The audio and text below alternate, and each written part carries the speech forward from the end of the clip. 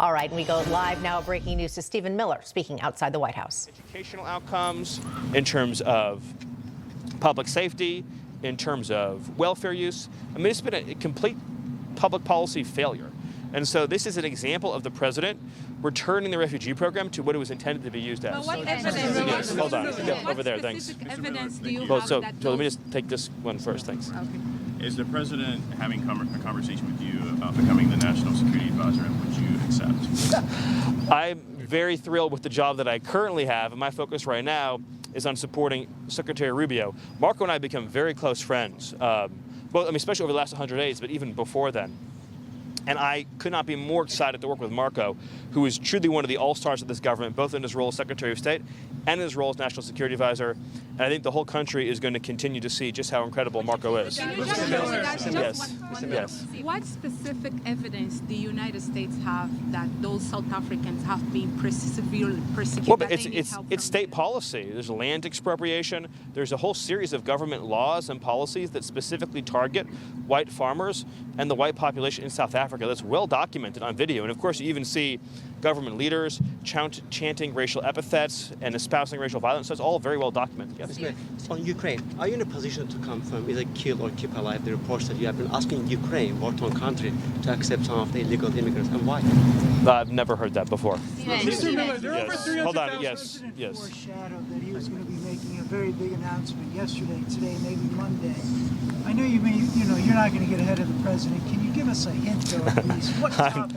No, I'm not going to get ahead of the president. Yes. Did you have a question? Will you be involved with the meetings with Mayor Adams today, and what do you plan to discuss? I'm not involved in those meetings. No. Do you have a question? Yes. So the current governor of California has been extremely rude to President Trump and your administration. What is the status of their litigation on the tariff issues and all the issues? I don't have an update on that. Sorry. There's over. Yes. Stephen, Yep. do you have, of the South African refugees, how many are coming and when will they arrive? Well, we just have the first flight is scheduled, I believe, for early next week.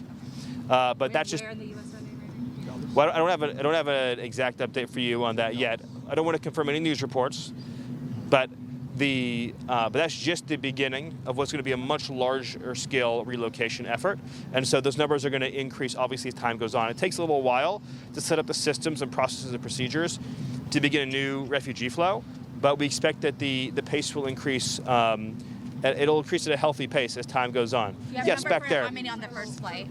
Not right now. Yep, back there. Commented on the Tufts University student was that the federal judge of Vermont ordered the immediate release of the Tufts University student held by immigration authorities. Yeah, my reaction is, again, there's a judicial coup in this country. The foreigners in this country do not have a right to stay in this country if they support designated terrorist organizations like Hamas. Hamas is a designated terrorist organization. The Secretary of State has the absolute authority under statute, which again is not judicially reviewable, to revoke an immigration benefit or visa and then to pursue a deportation to the Department of Homeland Security. We cannot individually litigate in court every single visa that we want to revoke.